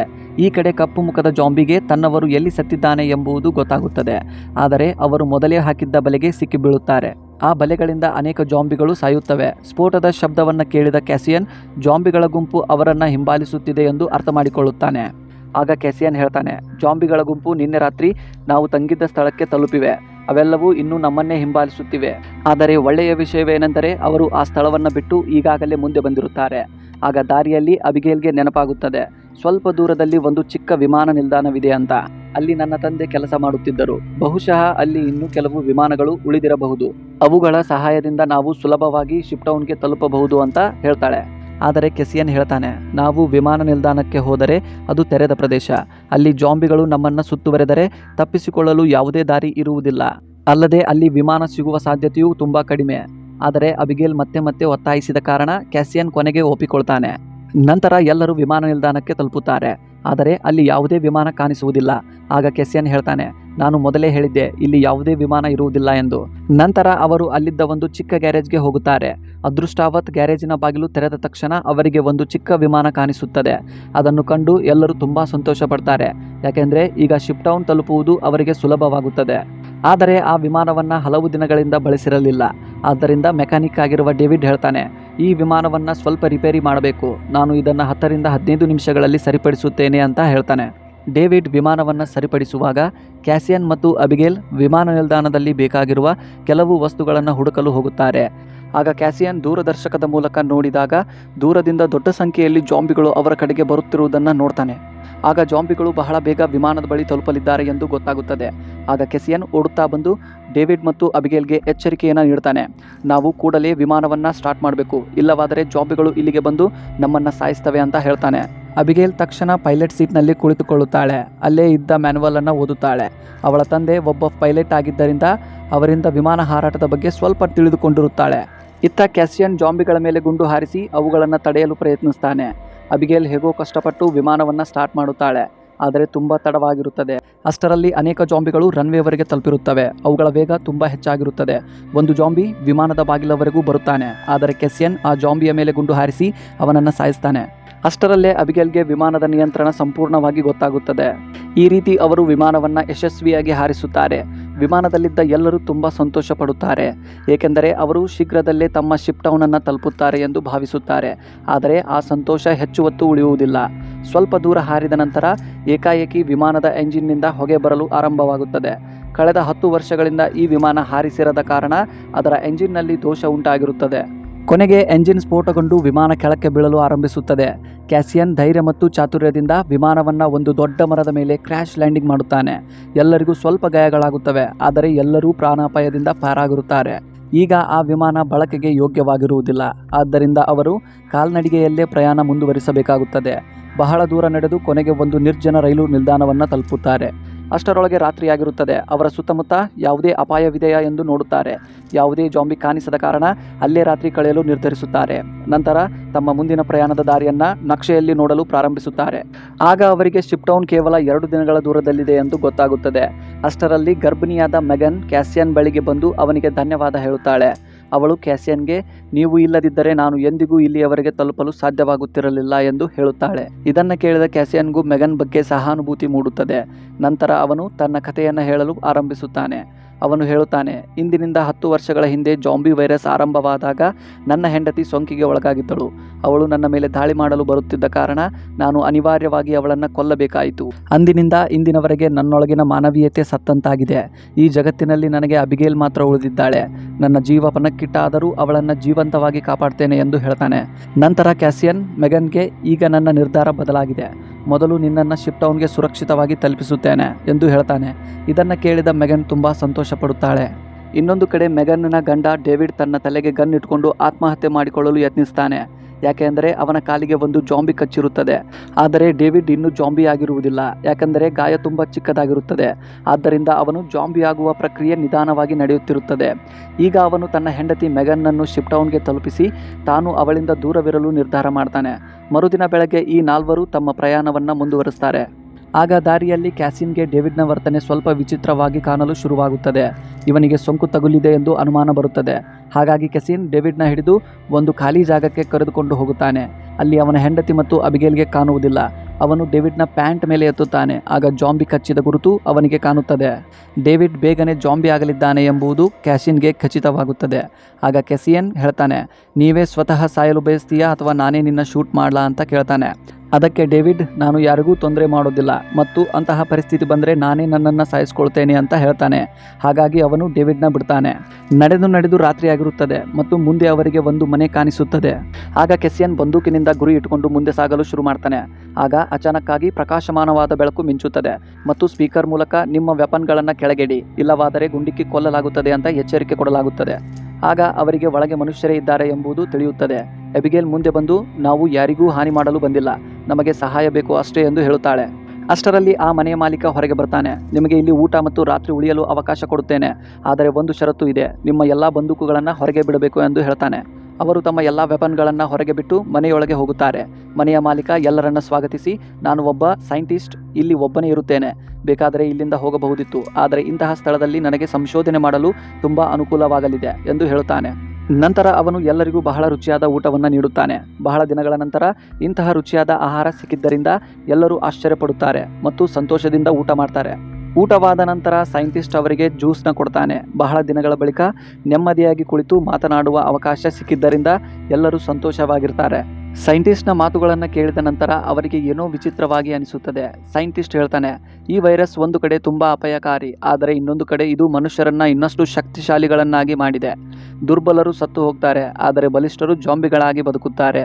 ಜಾಂಬಿಗಳು ಕೇವಲ ತಿನ್ನುವುದಕ್ಕೋಸ್ಕರ ಬದುಕುತ್ತವೆ, ಅಭಿವೃದ್ಧಿಗಾಗಿ ಅಲ್ಲ. ಆದ್ದರಿಂದ ಈ ಜಗತ್ತಿನ ಮೇಲೆ ಜಾಂಬಿಗಳೇ ಆಳಬೇಕು ಅಂತ ಸೈಂಟಿಸ್ಟ್ ಹೇಳ್ತಾನೆ. ಈ ಮಾತುಗಳನ್ನು ಕೇಳಿ ಆ ನಾಲ್ವರಿಗೆ ತುಂಬ ವಿಚಿತ್ರ ಅನಿಸುತ್ತದೆ. ಅಷ್ಟರಲ್ಲಿ ಡೇವಿಡ್ಗೆ ಆರೋಗ್ಯ ಕೆಡುತ್ತದೆ. ಅವನು ಬಾತ್ರೂಮ್ಗೆ ಹೋಗಿ ಕನ್ನಡಿಯಲ್ಲಿ ನೋಡಿದಾಗ ವೈರಸ್ ಅವನ ದೇಹದ ತುಂಬ ಹರಡಿರುವುದನ್ನು ಗಮನಿಸ್ತಾನೆ. ಡೇವಿಡ್ ಮತ್ತೆ ಹಾಲ್ಗೆ ಬಂದಾಗ ಕ್ಯಾಸಿಯನ್ ಮತ್ತು ಉಳಿದವರು ಎಲ್ಲರೂ ಪ್ರಜ್ಞೆ ತಪ್ಪಿ ಬಿದ್ದಿರುವುದನ್ನು ನೋಡ್ತಾನೆ. ಸೈಂಟಿಸ್ಟ್ ಜ್ಯೂಸ್ನಲ್ಲಿ ಪ್ರಜ್ಞೆ ತಪ್ಪಿಸುವ ಔಷಧಿ ಬೆರೆಸಿರುತ್ತಾನೆ. ಇದನ್ನು ನೋಡಿ ಡೇವಿಡ್ ಸೈಂಟಿಸ್ಟ್ನ ಮೇಲೆ ದಾಳಿ ಮಾಡುತ್ತಾನೆ. ಆಗ ಸೈಂಟಿಸ್ಟ್ ತನ್ನ ಕೈಯಲ್ಲಿದ್ದ ಒಂದು ಸಾಧನದ ಬಟನ್ ಒತ್ತುತ್ತಾನೆ. ತಕ್ಷಣವೇ ಡೇವಿಡ್ಗೆ ತುಂಬ ದುರ್ಬಲವಾಗಿ ನೆಲಕ್ಕೆ ಬೀಳ್ತಾನೆ. ಸೈಂಟಿಸ್ಟ್ ಹೇಳ್ತಾನೆ, ಈ ಸಾಧನವನ್ನು ನಾನು ಹಲವು ವರ್ಷಗಳ ಪರಿಶ್ರಮದ ನಂತರ ತಯಾರಿಸಿದ್ದೇನೆ. ಇದರ ಸಹಾಯದಿಂದ ನಾನು ಜಗತ್ತಿನ ಯಾವುದೇ ಮೂಲೆಗೆ ಹೋಗಬಹುದು. ಜೊತೆಗೆ ಜಾಂಬಿಗಳು ನನಗೆ ಏನು ಮಾಡಲಾರರು. ಈ ಸಾಧನದ ಮೂಲಕ ನಾನು ಜಾಂಬಿಗಳನ್ನು ನಿಯಂತ್ರಿಸಬಹುದು. ಇನ್ನು ಮುಂದೆ ನಾನು ಜಗತ್ತಿನ ರಾಜನಾಗಿ ಎಲ್ಲರನ್ನ ನನ್ನ ಇಚ್ಛೆಯಂತೆ ನಡೆಸಿಕೊಳ್ಳುತ್ತೇನೆ ಎಂದು ಹೇಳ್ತಾನೆ. ಅದರ ನಂತರ ಡೇವಿಡ್ ಪ್ರಜ್ಞೆ ಕಳೆದುಕೊಳ್ತಾನೆ. ಮತ್ತೆ ಪ್ರಜ್ಞೆ ಬಂದಾಗ ತನ್ನನ್ನು ಮತ್ತು ತನ್ನವರನ್ನು ಕಟ್ಟಿ ಹಾಕಿರೋದನ್ನು ನೋಡ್ತಾನೆ. ಆ ಸೈಂಟಿಸ್ಟ್ 4 ಮಂದಿಯ ಮೇಲೆ ಪ್ರಯೋಗ ಮಾಡಲು ಸಿದ್ಧನಾಗ್ತಾನೆ. ನಂತರ ಸೈಂಟಿಸ್ಟ್, ನೀವು ನನ್ನ ಹೆಂಡತಿಯನ್ನು ನೋಡಲು ಇಷ್ಟಪಡ್ತೀರಾ ಎಂದು ಕೇಳುತ್ತಾನೆ. ಅವರು ನೋಡಿದಾಗ ಅವನ ಹೆಂಡತಿ ಒಂದು ಜಾಂಬಿಯಾಗಿದ್ದು ಅವಳನ್ನು ಪಂಜರದಲ್ಲಿ ಬಂಧಿಸಿಟ್ಟಿರುವುದನ್ನು ಕಾಣುತ್ತಾರೆ. ಆ ಸೈಂಟಿಸ್ಟ್ ಮನುಷ್ಯರನ್ನು ಹಿಡಿದು ಅವಳಿಗೆ ಆಹಾರವನ್ನಾಗಿ ಕೊಡುತ್ತಿದ್ದನು. ತನ್ನ ಹೆಂಡತಿಯ ಮೇಲೆಯೇ ಪ್ರಯೋಗ ಮಾಡಿ ಈ ಜಾಂಬಿಗಳನ್ನು ನಿಯಂತ್ರಿಸುವ ಸಾಧನವನ್ನು ತಯಾರಿಸಿದ್ದನು. ನಂತರ ಸೈಂಟಿಸ್ಟ್ ಪಂಜರದ ಬಾಗಿಲನ್ನು ತೆರೆಯುತ್ತಾನೆ. ತಕ್ಷಣವೇ ಅವನ ಹೆಂಡತಿ ಅವನ ಮೇಲೆಯೇ ದಾಳಿ ಮಾಡುತ್ತಾಳೆ. ಆದರೆ ಸೈಂಟಿಸ್ಟ್ ಸಾಧನದ ಮೂಲಕ ಅವಳನ್ನು ನಿಯಂತ್ರಿಸಿ ಆ 4 ಕಡೆಗೆ ಕಳುಹಿಸುತ್ತಾನೆ. ಆಕೆ ಕ್ಯಾಸಿಯನ್ ಮೇಲೆ ದಾಳಿ ಮಾಡುತ್ತಾಳೆ. ಆದರೆ ಕ್ಯಾಸಿಯನ್ ಅವಳಿಗೆ ಜೋರಾಗಿ ಒದ್ದು ತಳ್ಳುತ್ತಾನೆ. ಅಷ್ಟರಲ್ಲಿ ವೈರಸ್ನ ಪರಿಣಾಮದಿಂದ ಡೇವಿಡ್ಗೆ ಅಸಾಧಾರಣ ಶಕ್ತಿ ಬರುತ್ತದೆ. ಅವನು ಕಟ್ಟಿ ಹಾಕಿದ್ದ ಹಗ್ಗವನ್ನು ಕಿತ್ತು ತನ್ನ ಉಳಿದ ಸ್ನೇಹಿತರನ್ನು ಬಿಡಿಸ್ತಾನೆ. ಇದನ್ನು ಕಂಡ ಆ ಸೈಂಟಿಸ್ಟ್ ಭಯಪಟ್ಟು ಅಲ್ಲಿಂದ ಓಡಿ ಹೋಗುತ್ತಾನೆ. ನಂತರ ಆ 4 ತಮ್ಮ ಸಾಮಾನುಗಳನ್ನು ತೆಗೆದುಕೊಂಡು ಬೇಗನೆ ಮನೆಯಿಂದ ಹೊರಬರುತ್ತಾರೆ. ಹೊರಗೆ ಅವರಿಗೆ ಸೈಂಟಿಸ್ಟ್ನ ಕಾರು ಕಾಣಿಸುತ್ತದೆ. 4 ಅದೇ ಕಾರಿನಲ್ಲಿ ಕುಳಿತು ಕಾಡಿನ ಕಡೆಗೆ ಹೊರಡುತ್ತಾರೆ. ಆದರೆ ಸೈಂಟಿಸ್ಟ್ ಸೋಲನ್ನು ಒಪ್ಪಿಕೊಳ್ಳುವನಾಗಿರಲಿಲ್ಲ. ತನ್ನ ಸಾಧನದ ಮೂಲಕ ಜಾಂಬಿಗಳ ಗುಂಪನ್ನು ನಿಯಂತ್ರಿಸಿ ಅವರನ್ನು ಹಿಂಬಾಲಿಸುವಂತೆ ಮಾಡುತ್ತಾನೆ. ಕ್ಯಾಸಿಯನ್ ಕಾರಿನ ವೇಗವನ್ನು ಹೆಚ್ಚಿಸಿ ಜಾಂಬಿಗಳನ್ನು ಸಾಕಷ್ಟು ಹಿಂದಕ್ಕೆ ಬಿಟ್ಟು ಬಿಡುತ್ತಾನೆ. ಆದರೆ ಮುಂದೆ ಹೋಗುವ ದಾರಿ ಬಂದಾಗಿರುತ್ತದೆ. ಈಗ ಅವರಿಗೆ ನಡೆದುಕೊಂಡು ಹೋಗುವುದನ್ನು ಬಿಟ್ಟರೆ ಬೇರೆ ದಾರಿ ಇರುವುದಿಲ್ಲ. ಸ್ವಲ್ಪ ದೂರ ನಡೆದುಕೊಂಡು ಹೋದ ನಂತರ ಜಾಂಬಿಗಳು ಮತ್ತೆ ಅವರ ಬಳಿಗೆ ಬರುತ್ತಾರೆ. ಡೇವಿಡ್ಗೆ ತನ್ನ ಬಳಿ ಹೆಚ್ಚು ಸಮಯವಿಲ್ಲ ಎಂಬುದು ತಿಳಿಯುತ್ತದೆ. ಇನ್ನೇನು ಸ್ವಲ್ಪ ಸಮಯದ ನಂತರ ತಾನು ಜಾಂಬಿ ಆಗಬಹುದು ಎಂದು ಅವನಿಗೆ ಗೊತ್ತಾಗುತ್ತದೆ. ಆದ್ದರಿಂದ ಅವನು ಉಳಿದವರನ್ನು ಮುಂದೆ ಹೋಗುವಂತೆ ಹೇಳಿ ತಾನು ಹಿಂದೆ ಉಳಿದು ಜಾಂಬಿಗಳನ್ನು ತಡೆಯಲು ನಿರ್ಧರಿಸುತ್ತಾನೆ. ಅವನು ತನ್ನ ಸ್ನೇಹಿತರಿಗೆ, ನೀವು ನಮ್ಮ ಮಗುವಿಗಾಗಿ ಬದುಕಬೇಕು, ಮುಂದೆ ಬರಲಿರುವ ಮಗುವಿಗಾಗಿ ನಾನು ಇದನ್ನೆಲ್ಲ ಮಾಡುತ್ತಿದ್ದೇನೆ ಎಂದು ಹೇಳುತ್ತಾನೆ. ನಂತರ ಡೇವಿಡ್ ಜಾಂಬಿಗಳೊಂದಿಗೆ ಹೋರಾಡಲು ಪ್ರಾರಂಭಿಸುತ್ತಾನೆ. ಬಹಳ ಸಮಯದವರೆಗೆ ಡೇವಿಡ್ ಆ ಜಾಂಬಿಗಳನ್ನು ತಡೆದು ನಿಲ್ಲಿಸ್ತಾನೆ. ಆ 3 ಜಾಂಬಿಗಳಿಂದ ಬಹಳಷ್ಟು ದೂರ ಹೋಗುತ್ತಾರೆ. ಆದರೆ ಅಷ್ಟರಲ್ಲಿ ಮತ್ತೊಂದು ಜಾಂಬಿ ಡೇವಿಡ್ನ ಸಾಯಿಸುತ್ತದೆ. ಆಗ ಕ್ಯಾಸಿಯನ್ ಮೆಗನ್ನನ್ನು ಎತ್ತುಕೊಂಡು ಮುಂದೆ ಸಾಗ್ತಾನೆ. ಕೊನೆಗೆ ಅವರು ಮನುಷ್ಯರ ವಸತಿ ಪ್ರದೇಶವಿರುವ ಸ್ಥಳಕ್ಕೆ ತಲುಪುತ್ತಾರೆ. ಅಲ್ಲಿ ಜನರ ವಸತಿ ಇರುವುದನ್ನು ನೋಡಿ ಅಬಿಗೇಲ್ ಸಹಾಯಕ್ಕಾಗಿ ಕೂಗಲು ಪ್ರಾರಂಭಿಸುತ್ತಾಳೆ. ಏಕೆಂದರೆ ಅವರ ಹಿಂದೆ ತುಂಬಾ ಜಾಂಬಿಗಳು ಬರುತ್ತಿರುತ್ತಾರೆ. ಟವರ್ ಮೇಲೆ ಕುಳಿತಿದ್ದ 2 ಕಾವಲುಗಾರರು ಅವರನ್ನು ನೋಡುತ್ತಾರೆ. ಅವರ ಸ್ನೈಪರ್ ಮೂಲಕ ಜಾಂಬಿಗಳನ್ನು ಹೊಡೆದು ಅವರಿಗೆ ರಕ್ಷಣೆ ನೀಡಲು ಪ್ರಾರಂಭಿಸುತ್ತಾರೆ. ಸ್ವಲ್ಪ ಸಮಯದಲ್ಲಿ ಅವರಿಗೆ ಒಂದು ದೋಣಿಯನ್ನು ಕಳಿಸಲಾಗುತ್ತದೆ. 3 ಆ ದೋಣಿಯಲ್ಲಿ ಕುಳಿತುಕೊಂಡು ಹಡಗು ನಿಲ್ದಾಣದ ಒಳಗೆ ತಲುಪುತ್ತಾರೆ. ಕಪ್ಪು ಮುಖದ ಜಾಂಬಿ ತನ್ನವರನ್ನ ಮುಂದೆ ಹೋಗದಂತೆ ತಡೆಯುತ್ತದೆ. ಏಕೆಂದರೆ ಮುಂದೆ ನೀರಿನ ದಾರಿ ಇರುತ್ತದೆ ಮತ್ತು ಅವರಿಗೆ ಅದನ್ನು ದಾಟಲು ಸಾಧ್ಯವಾಗುವುದಿಲ್ಲ. ಮತ್ತೊಂದೆಡೆ ಮೆಗನ್ಗೆ ಹೆರಿಗೆ ಆಗಲಿದ್ದು ಅವಳಿಗೆ ತಕ್ಷಣ ಚಿಕಿತ್ಸೆ ಅಗತ್ಯವಾಗಿರುತ್ತದೆ. ಅದೃಷ್ಟಾವತ್ ಇಲ್ಲಿ ವೈದ್ಯರು ಮತ್ತು ಆಸ್ಪತ್ರೆಯ ಸೌಲಭ್ಯವೂ ಇರುತ್ತದೆ. ಮರುದಿನ ಬೆಳಗ್ಗೆ ಅವರು ಆ ಸ್ಥಳವನ್ನು ನೋಡಿದಾಗ ಹಲವು ದೊಡ್ಡ ಹಡಗುಗಳನ್ನು ಜೋಡಿಸಿ ಒಂದು ಪಟ್ಟಣದಂತೆ ನಿರ್ಮಿಸಿರುವುದನ್ನು ಕಾಣುತ್ತಾರೆ. ಅದರ ಸುತ್ತಲೂ ನೀರು ಇರುತ್ತದೆ. ಕ್ಯಾಸಿಯನ್ ಎಬಿಗೇಲ್ಗೆ ನಾವು ಈಗ ಇಲ್ಲಿಂದ ಹೋಗಬೇಕು ಎಂದು ಹೇಳುತ್ತಾನೆ. ಆದರೆ ಎಬಿಗೇಲ್ ಇಲ್ಲಿಯೇ ಉಳಿಯಲು ನಿರ್ಧರಿಸುತ್ತಾಳೆ. ಜನರ ನಡುವೆ ವಾಸಿಸುವುದು ಅವಳಿಗೆ ತುಂಬಾ ಇಷ್ಟವಾಗತೊಡಗುತ್ತದೆ. ಇದೇ ವಿಷಯದ ಬಗ್ಗೆ ಕ್ಯಾಸಿಯನ್ ಮತ್ತು ಎಬಿಗೇಲ್ ನಡುವೆ ದೊಡ್ಡ ಜಗಳವಾಗುತ್ತದೆ. ಅಷ್ಟರಲ್ಲಿ ಒಬ್ಬ ವೈದ್ಯರು ಬಂದು ಮೆಗನ್ ಒಂದು ಹೆಣ್ಣು ಮಗುವಿಗೆ ಜನ್ಮ ನೀಡಿದ್ದಾಳೆ. ಆದರೆ ಹೆಚ್ಚು ರಕ್ತಸ್ರಾವವಾಗಿರುವುದರಿಂದ ಅವಳು ಹೆಚ್ಚು ದಿನ ಬದುಕಲಾರಳು ಎಂದು ಹೇಳುತ್ತಾರೆ. ಇದನ್ನು ಕೇಳಿ ಕ್ಯಾಸಿಯನ್ ತುಂಬಾ ದುಃಖಿತನಾಗುತ್ತಾನೆ. ಅವನು ತಕ್ಷಣ ಆಸ್ಪತ್ರೆಯ ಕೊಠಡಿಯೊಳಗೆ ಹೋಗುತ್ತಾನೆ. ಮೆಗನ್ ತುಂಬಾ ದುರ್ಬಲವಾಗಿರುತ್ತಾಳೆ ಮತ್ತು ತನ್ನ ಮಗುವನ್ನ ಕ್ಯಾಸಿಯನ್ಗೆ ಒಪ್ಪಿಸಲು ಬಯಸುತ್ತಾಳೆ. ಆ ಮಗು ಕೂಡ ಎಬಿಗೇಲ್ನಂತೆ ದೊಡ್ಡವಳಾಗಬೇಕು ಎಂದು ಬಯಸುತ್ತಾಳೆ. ಕ್ಯಾಸಿಯನ್ಗೆ ಸತ್ತು ಹೋಗಿರುವ ತನ್ನ ಹೆಂಡತಿ ನೆನಪು ಬರುತ್ತದೆ. ಹಾಗಾಗಿ ಮೆಗನ್ನ ಮಗುವನ್ನು ತನ್ನ ಬಳಿಯೇ ಇಟ್ಟುಕೊಳ್ಳಲು ಅವನು ಸಿದ್ಧನಾಗ್ತಾನೆ. ಇತ್ತ ಎಬಿಗೇಲ್ ಒಬ್ಬ ಸುಂದರ ಹುಡುಗನೊಂದಿಗೆ ಸಮಯ ಕಳೆಯುತ್ತಿರುತ್ತಾಳೆ. ಇಷ್ಟೊಂದು ಜನರು ಒಟ್ಟಿಗೆ ಕುಳಿತು ಸಂತೋಷವಾಗಿ ಮಾತನಾಡುತ್ತಾ ಜ್ಯೂಸ್ ಸೇವಿಸುತ್ತಾ ಸುಂದರವಾದ ಸಂಗೀತಕ್ಕೆ ನೃತ್ಯ ಮಾಡಬಹುದು ಎಂದು ಅವಳು ಎಂದಿಗೂ ಊಹಿಸಿರಲಿಲ್ಲ. ಹೀಗಾಗಿ ಇಲ್ಲಿಯೇ ಉಳಿಯಬೇಕೆಂಬ ಅವಳ ನಿರ್ಧಾರ ಇನ್ನಷ್ಟು ಗಟ್ಟಿಯಾಗುತ್ತದೆ. ಸ್ವಲ್ಪ ಸಮಯದ ನಂತರ ಎಬಿಗೇಲ್ ಆ ಸುಂದರ ಹುಡುಗನನ್ನ ಗುಪ್ತವಾಗಿ ಒಂದು ಕ್ಯಾಬಿನ್ಗೆ ಹೋಗುವುದನ್ನು ನೋಡುತ್ತಾಳೆ. ಅದನ್ನು ನೋಡಿದ ಅವಳು ಅವನ ಹಿಂದೆ ಕ್ಯಾಬಿನ್ ಒಳಗೆ ಹೋಗುತ್ತಾಳೆ. ಅಲ್ಲಿ ಆ ಕ್ಯಾಬಿನ್ ಸಂಪೂರ್ಣವಾಗಿ ತಂತಿಗಳು ಮತ್ತು ಬಾಂಬ್ಗಳಿಂದ ತುಂಬಿರುವುದನ್ನು ಅವಳು ನೋಡುತ್ತಾಳೆ. ಅಲ್ಲಿ ಒಂದು ವೈರ್ಲೆಸ್ ಸ್ವಿಚ್ ಕೂಡ ನೇತಾಡುತ್ತಿರುತ್ತದೆ. ಎಬಿಗೇಲ್ ಆ ಸ್ವಿಚ್ ಅನ್ನು ಮುಟ್ಟುತ್ತಿದ್ದಂತೆಯೇ ಆ ಹುಡುಗ ಓಡುತ್ತಾ ಬಂದು ಶಿಪ್ ಟೌನ್ನ ಕೆಳಗೆ ಬಾಂಬುಗಳನ್ನು ಇಟ್ಟಿದ್ದೇವೆ. ಈ ಸ್ಥಳಕ್ಕೆ ಅಪಾಯ ಬಂದರೆ ಜನರು ಆ ಮಾರ್ಗದಿಂದ ಓಡಿ ಹೋಗುತ್ತಾರೆ ಮತ್ತು ಹೊರಗಿನಿಂದ ಈ ಸ್ಥಳವನ್ನು ಸ್ಫೋಟಿಸುತ್ತಾರೆ ಎಂದು ಹೇಳುತ್ತಾನೆ. ಆದರೆ ಅವರಿಗೆ ಈ ದಿನ ಇಷ್ಟು ಬೇಗ ಬರುತ್ತದೆ ಎಂದು ಗೊತ್ತಿರಲಿಲ್ಲ. ಸೈಂಟಿಸ್ಟ್ ಕೋಪದಿಂದ ಅಲ್ಲಿಗೂ ಬರುತ್ತಾನೆ. ಜನರು ಬಹಳಷ್ಟು ಜಾಂಬಿಗಳನ್ನು ಕೊಂದಿರುವುದನ್ನು ಅವನು ನೋಡುತ್ತಾನೆ. ಈ ಜಗತ್ತಿನ ಮೇಲೆ ತಾನೇ ಆಳ್ವಿಕೆ ನಡೆಸಬೇಕೆಂದು ಬಯಸುತ್ತಾನೆ. ತನ್ನ ನಿಯಂತ್ರಣ ಸಾಧನದ ಸಹಾಯದಿಂದ ಕಪ್ಪು ಮುಖದ ಜಾಂಬಿ ರಾಜನನ್ನ ತನ್ನ ನಿಯಂತ್ರಣಕ್ಕೆ ತೆಗೆದುಕೊಳ್ಳುತ್ತಾನೆ. ಸೈಂಟಿಸ್ಟ್ನ ಸಹಾಯದಿಂದ ಶಿಪ್ ಟೌನ್ನ ಕೆಳಗಿದ್ದ ನೀರು ಕೂಡ ಈಗ ತಡೆಯಲು ಸಾಧ್ಯವಾಗುವುದಿಲ್ಲ. ಬಹಳಷ್ಟು ಜಾಂಬಿಗಳು ನೀರಿನ ಕೆಳಗಿನಿಂದ ಆ ಹಡಗುಗಳ ಮೇಲೆ ಮತ್ತು ಜನರ ಮೇಲೆ ದಾಳಿ ಮಾಡಲು ಬರುತ್ತಾರೆ. ಜಾಂಬಿಗಳು ಏಕಾಏಕಿ ದಾಳಿ ಮಾಡುತ್ತಾರೆ. ಅನೇಕ ಜನರು ಸಾವನ್ನಪ್ಪುತ್ತಾರೆ ಮತ್ತು ಎಲ್ಲೆಡೆ ಗೊಂದಲ ಉಂಟಾಗುತ್ತದೆ. ಕ್ಯಾಸಿಯನ್ಗೆ ಎಬಿಗೇಲ್ ಬಗ್ಗೆ ಚಿಂತೆ ಶುರುವಾಗುತ್ತದೆ. ಅವನು ಅವಳನ್ನು ಹುಡುಕಲು ಹೊರಡುತ್ತಾನೆ. ಜಾಂಬಿಗಳನ್ನು ಎದುರಿಸುತ್ತಾ ಮುಂದೆ ಸಾಗಿದ ಕೊನೆಗೆ ಎಬಿಗೇಲ್ ಅನ್ನು ಕಂಡುಕೊಳ್ಳುತ್ತಾನೆ. ಮತ್ತೊಂದೆಡೆ ಸೈಂಟಿಸ್ಟ್ ಶಿಪ್ನತ್ತ ಬರುತ್ತಾನೆ. ಸೈಂಟಿಸ್ಟ್ ಶಿಪ್ ಮೇಲೆ ತಲುಪಿ ಎಬಿಗೇಲ್ಗೆ ಹೊಡೆದು ಕೆಳಗೆ ಬೀಳಿಸುತ್ತಾನೆ. ಇದನ್ನು ನೋಡಿದ ಕ್ಯಾಸಿಯನ್ ಕೋಪಗೊಂಡು ಸೈಂಟಿಸ್ಟ್ನ ಕಡೆಗೆ ಓಡುತ್ತಾನೆ. ಅಷ್ಟರಲ್ಲಿ ಒಂದು ಜಾಂಬಿ ಮಧ್ಯೆ ಬಂದು ಸೈಂಟಿಸ್ಟ್ನ ತಳ್ಳಿ ಕೆಳಗೆ ಬೀಳಿಸುತ್ತದೆ. ನಂತರ ಕ್ಯಾಸಿಯನ್ ಕೂಡ ಅಲ್ಲಿಗೆ ತಲುಪುತ್ತಾನೆ. ಸೈಂಟಿಸ್ಟ್ ಕ್ಯಾಸಿನ್ನೊಂದಿಗೆ ಹೋರಾಡಲು ಮುಂದಾಗುತ್ತಾನೆ ಮತ್ತು ಕ್ಯಾಸಿನ್ಗೆ ಒದ್ದು ಕೆಳಗೆ ಬೀಳಿಸುತ್ತಾನೆ. ಆದರೆ ಕ್ಯಾಸಿನ್ ಸೈಂಟಿಸ್ಟ್ನೊಂದಿಗೆ ಹೋರಾಡುವುದು ವ್ಯರ್ಥ ಎಂದು ತಿಳಿಯುತ್ತದೆ. ಆದ್ದರಿಂದ ಅವನು ಸೈಂಟಿಸ್ಟ್ನ ಮೇಲೆ ದಾಳಿ ಮಾಡಿ ಅವನ ಕೈಯಲ್ಲಿದ್ದ ಸಾಧನವನ್ನು ಗೋಡೆಗೆ ಹೊಡೆದು ಮುರಿದು ಹಾಕುತ್ತಾನೆ. ಇದರಿಂದ ಸೈಂಟಿಸ್ಟ್ನ ಬಳಿ ಜಾಂಬಿಗಳನ್ನು ನಿಯಂತ್ರಿಸುವ ಶಕ್ತಿ ಇರುವುದಿಲ್ಲ. ನಂತರ ವೃದ್ಧ ಸೈಂಟಿಸ್ಟ್ ಜಾಂಬಿಗೆ ಬಲಿಯಾಗುತ್ತಾನೆ. ಅದೃಷ್ಟಾವತ್ ಈ ಕ್ಯಾಂಪ್ನಲ್ಲಿ ಮೊದಲೇ ತಪ್ಪಿಸಿಕೊಳ್ಳಲು ಒಂದು ಮಾರ್ಗವನ್ನು ಸಿದ್ಧಪಡಿಸಲಾಗಿತ್ತು. ಬಹಳಷ್ಟು ಬದುಕುಳಿದ ಜನರು ಸುರಂಗದ ಮಾರ್ಗವಾಗಿ ನದಿಯ ಇನ್ನೊಂದು ದಡಕ್ಕೆ ತಲುಪುತ್ತಾರೆ. ಅವರು ಬಾಂಬ್ಗಳನ್ನು ಸ್ಫೋಟಿಸಲು ಮುಂದಾದಾಗ ಆ ಸುಂದರ ಹುಡುಗ ಬಟನ್ ಒತ್ತುವುದಿಲ್ಲ. ಏಕೆಂದರೆ ಎಬಿಗೇಲ್ ಇನ್ನೂ ಶಿಪ್ನಲ್ಲೇ ಇರುತ್ತಾಳೆ. ಕ್ಯಾಸಿಯನ್ ಮತ್ತು ಎಬಿಗೇಲ್ ಹೊರಗೆ ಓಡಲು ಪ್ರಾರಂಭಿಸುತ್ತಾರೆ. ಆದರೆ ಹಿಂದಿನಿಂದ ಜಾಂಬಿ ರಾಜ ಎಬಿಗೇಲ್ನನ್ನು ಹಿಡಿದುಕೊಳ್ಳುತ್ತಾನೆ. ಆಗ ಕ್ಯಾಸಿಯನ್ ವೇಗವಾಗಿ ಆ ಜಾಂಬಿಯ ಮೇಲೆ ಮರದ ತುಂಡಿನಿಂದ ಹೊಡೆದು ಕೆಳಗೆ ಬೀಳಿಸುತ್ತಾನೆ. ಆಕಸ್ಮಿಕವಾಗಿ ಎಬಿಗೇಲ್ನ ದೃಷ್ಟಿ ಜಾಂಬಿ ರಾಜನ ಕೈಯಲ್ಲಿದ್ದ ಬ್ರಾಸ್ಲೆಟ್ ಮೇಲೆ ಬೀಳುತ್ತದೆ. ಅದು ಅವಳ ಬಾಲ್ಯದಲ್ಲಿ ತನ್ನ ತಂದೆಗಾಗಿ ತನ್ನ ಕೈಯಿಂದ ಮಾಡಿಕೊಟ್ಟ ಅದೇ ಬ್ರಾಸ್ಲೆಟ್ ಆಗಿರುತ್ತದೆ. ಅವಳು ಆ ಜಾಂಬಿಯೇ ತನ್ನ ತಂದೆ ಎಂದು ಅರ್ಥ ಮಾಡಿಕೊಳ್ಳುತ್ತಾಳೆ. ಆದರೆ ಈಗ ಅವನು ಮನುಷ್ಯನಾಗಿರಲಿಲ್ಲ, ಜಾಂಬಿಯಾಗಿದ್ದನು. ಕ್ಯಾಸಿಯನ್ ಅವನನ್ನು ಕೈಯಿಂದ ಹಿಡಿದು ಬಲವಾಗಿ ಎಳೆಯುತ್ತಾ ಓಡಲು ಹೇಳುತ್ತಾನೆ. ಆ ಸುಂದರ ಹುಡುಗ ಅವರಿಬ್ಬರು ಓಡುತ್ತಿರುವುದನ್ನು ನೋಡಿ ತಕ್ಷಣ ವೈರ್ಲೆಸ್ ರಿಮೋಟ್ನ ಬಟನ್ ಅನ್ನು ಒತ್ತುತ್ತಾನೆ ಮತ್ತು ಇಡೀ ಶಿಪ್ ಟೌನ್ ಅನ್ನು ಬೂದಿಯಾಗಿಸುತ್ತಾನೆ. ಆದರೆ ಇಷ್ಟಕ್ಕೆ ಅವರ ಜಗಳ ಮುಗಿಯಲ್ಲ. ಕ್ಯಾಂಪ್ನ ಲೀಡರ್ ತನ್ನ ಕುತ್ತಿಗೆ ಹಿಡ್ಕೊಂಡು ಬರ್ತಾನೆ. ಯಾಕೆಂದ್ರೆ ಫೈಟಿಂಗ್ ಮಾಡುವಾಗ ಅವನಿಗೆ ಜಾಂಬಿ ಕಚ್ಚಿಬಿಟ್ಟಿರುತ್ತೆ. ಆ ವೈರಸ್ ಹರಡೋಕ್ಕಿಂತ ಮುಂಚೆನೆ ಆ ಕಪ್ಪು ಮುಖದ ಜಾಂಬಿ ಅವನ ಮೇಲೆ ಅಟ್ಯಾಕ್ ಮಾಡಿರುತ್ತೆ. ಇಲ್ಲಿ ಶಾಕಿಂಗ್ ವಿಷಯ ಏನಪ್ಪಾ ಅಂದ್ರೆ ಆ ಜಾಂಬಿ ರಾಜ ಕೂಡ ಆ ಬ್ಲಾಸ್ಟ್ ನಿಂದ ಬಚಾವಾಗಿರ್ತಾನೆ. ಕ್ಯಾಸಿಯನ್ ತಕ್ಷಣ ಓಡಿ ಹೋಗಿ ಆ ಜಾಂಬಿ ರಾಜನ ಜೊತೆ ಫೈಟ್ ಮಾಡೋಕೆ ಶುರು ಮಾಡ್ತಾನೆ. ಆದ್ರೆ ಜಾಂಬಿ ರಾಜನ ಮುಂದೆ ಕ್ಯಾಸಿಯನ್ ಕೈಯಲ್ಲಿ ಏನು ಮಾಡೋಕೆ ಆಗಲ್ಲ. ಅವನು ವೀಕ್ ಆಗ್ತಾ ಇರ್ತಾನೆ. ಅದಕ್ಕೆ ಎಬಿಗೇಲ್ ಕೆಳಗಡೆಯಿಂದ ಗನ್ ಎತ್ಕೊಳ್ತಾಳೆ. ತನ್ನ ಕಣ್ಣ ಮುಂದೆ ಇರೋ ಜಾಂಬಿ ರಾಜ ತನ್ನ ಸ್ವಂತ ತಂದೆ ಅಂತ ಗೊತ್ತಿದ್ರೂ ಕೂಡ ಅವಳನ್ನು ಸಾಕಿ ದೊಡ್ಡವಳನ್ನಾಗಿ ಮಾಡಿದ ಕ್ಯಾಸಿಯನ್ ಕೊಲ್ಲೋಕೆ ಹೋಗ್ತಾ ಇರ್ತಾನೆ. ಅದಕ್ಕೆ ಎಬಿಗೇಲ್ ಇನ್ನೇನು ಯೋಚನೆ ಮಾಡದೆ ಆ ಕಪ್ಪು ಮುಖದ ಜಾಂಬಿ ರಾಜನಿಗೆ ಶೂಟ್ ಮಾಡಿ ಬಿಡ್ತಾಳೆ. ಯಾಕೆಂದರೆ ಅವಳು ಅವತ್ತು ಶೂಟ್ ಮಾಡದೇ ಇದ್ದಿದ್ರೆ ಆ ಜಾಂಬಿ ರಾಜ ಅಲ್ಲಿದ್ದ ಎಲ್ಲರನ್ನ ಮುಗಿಸಿಬಿಡ್ತಾ ಇದ್ದ. ಆಮೇಲೆ ಕ್ಯಾಸಿಯನ್ ಮತ್ತು ಎಬಿಗೇಲ್ ಒಬ್ಬರನ್ನೊಬ್ಬರು ಗಟ್ಟಿಯಾಗಿ ಅಪ್ಪಿಕೊಳ್ತಾರೆ. ಇವಾಗ ಕ್ಯಾಸಿಯನ್, ಎಬಿಗೇಲ್ ಮತ್ತು ಉಳಿದಿರೋ ಜನರೆಲ್ಲ ದೂರ ಸಮುದ್ರದಲ್ಲಿರೋ ಒಂದು ಒಂಟಿ ದ್ವೀಪದ ಕಡೆ ನೋಡ್ತಾರೆ. ಅಲ್ಲಿಗೆ ಹೋಗಿ ಹೊಸದಾಗಿ ಒಂದು ಮನುಷ್ಯರ ಕಾಲೋನಿ ಕಟ್ಟೋಣ ಅಂತ ಡಿಸೈಡ್ ಮಾಡ್ತಾರೆ. ಇಷ್ಟರಲ್ಲೇ ಈ ಕಥೆ ಮುಗಿಯುತ್ತೆ. ಹಾಗಾದರೆ ಈ ಸಿನಿಮಾ ನಿಮಗೆ ಹೇಗನ್ನಿಸ್ತು? ನಿಮ್ಮ ಫೇವ್ರೆಟ್ ಸೀನ್ ಯಾವುದು? ಕಮೆಂಟ್ ಮಾಡಿ ಹೇಳಿ. ಇಂತಹ ಮತ್ತಷ್ಟು ಮೂವಿ ಎಕ್ಸ್ಪ್ಲೇನ್ಸ್ ನೋಡಲು ಈಗಲೇ ಸಬ್ಸ್ಕ್ರೈಬ್ ಮಾಡಿ. ಮುಂದಿನ ವಿಡಿಯೋದಲ್ಲಿ ಮತ್ತೆ ಸಿಗೋಣ.